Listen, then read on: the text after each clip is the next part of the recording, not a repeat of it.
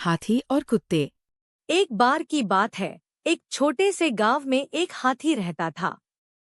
हाथी बहुत बड़ा और घने जंगल में रहने वाला था।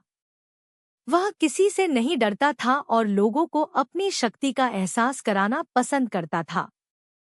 एक दिन गांव में एक कुत्ता भी था।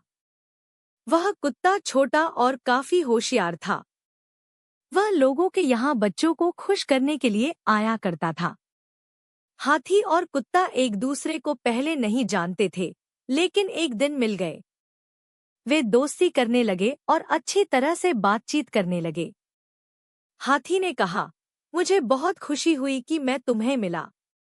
मैं शायद दुनिया का सबसे बड़ा और ताकतवर जानवर हूँ।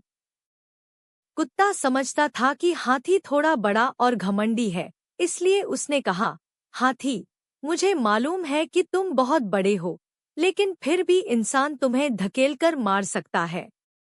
और मुझे तो बहुत छोटा और दुर्बल होने की वजह से सब कुछ बचाना होता है। हाथी इस पर हंसते हुए कहा, तुम ठीक कह रहे हो, लेकिन फिर भी मैं कभी बचने के लिए तुम्हारी मदद ले सकता हूँ। मैं तुम्हें अपनी शक्ति और ताकत से बनाया गया हूँ।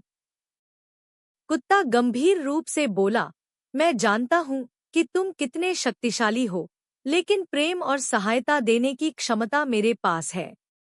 यह सुनकर हाथी सोच में पड़ गया। वह समझ गया कि शक्ति और ताकत के बावजूद प्रेम और मदद कुछ भी नहीं होते हैं।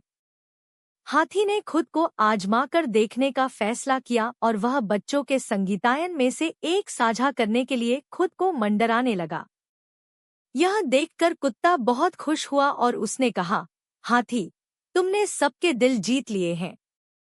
तुम्हारी हमारे गांव में बहुत जरूरत थी, जहां हमेशा खुशी और प्रेम की कमी महसूस होती थी। हाथी बहुत खुश हो गया क्योंकि उसने समझ लिया था कि हाथी और कुत्ता एक ही गुण रखते हैं, प्रेम और सहायता देने की क्षमता। यह बात हाथी के जीवन में एक महत्वपूर्ण सीख थी कि शक्ति और ताकत से भी बढ़कर प्रेम और सहायता का महत्व होता है।